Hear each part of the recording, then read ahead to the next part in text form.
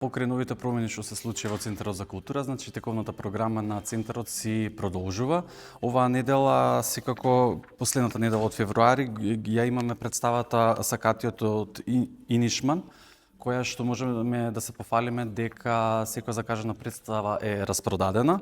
Потоа исто така на 26 февруари имаме представата Коса во главната улога на Бојан Кирковски, една стендап комедија која што ќе ја насмее кумановската публика.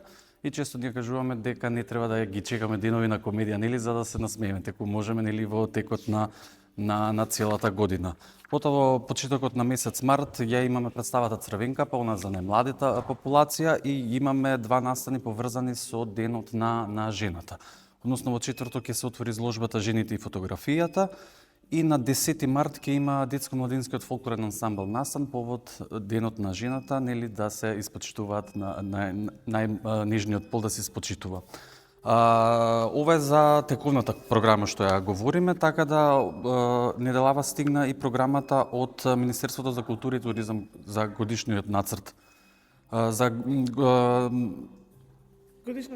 годишната програма, така, за проектите кои се избират, кои се одбиваат, така да вкупната сума од Министерството за образование, од Министерството за култура и туризам е 5.515.000 денари, со тоа што од областа на драмската дејност одвоени се 4.200.000 денари. Тука ги имаме од македонската драма, имаме Смрт на погребот во режија на Ненад Витанов, Чичко Кумплук според пиесата Прирачник за самоуништување во режија на Јани Бојаджи.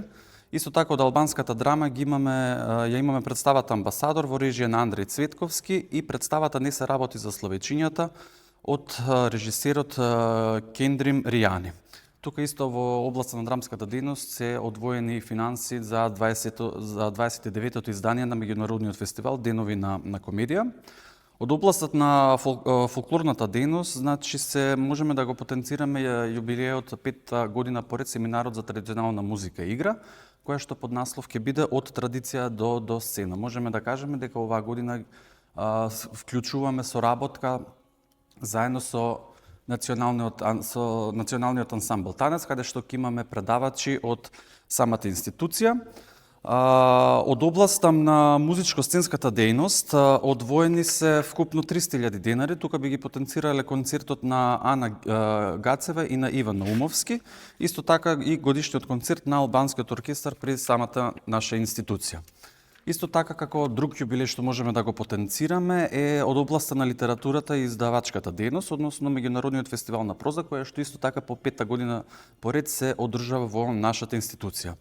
Од областа на визуелните уметности, архитектура и дизајн одвоени се 385.000 денари, со тоа што имаме неколку изложби кои што нели тековно ќе ги работиме во склоп на целата програма, во склоп на целата година. Тука да не забораваме да поздравиме да се заблагодариме на поддршката на општина Куманово, која што вкупна за сите дејности одвоени се 570.000 денари. Така да можеме да кажеме дека оваа година сме задоволни од поддршката на Министерството за култура и туризам и општина Куманово, така да сакам да потенцирам и сакаме да потенцираме ние дел од тимот од Центарот за култура дека ќе имаме успешна година, ќе имаме убави проекти, ќе имаме убави јубилеи, така да останува да ја следите Facebook страната на Театар Куманово, Facebook страната на Центарот за култура за подетелни информации за кои точни денови, кои проекти ќе се одвиваат.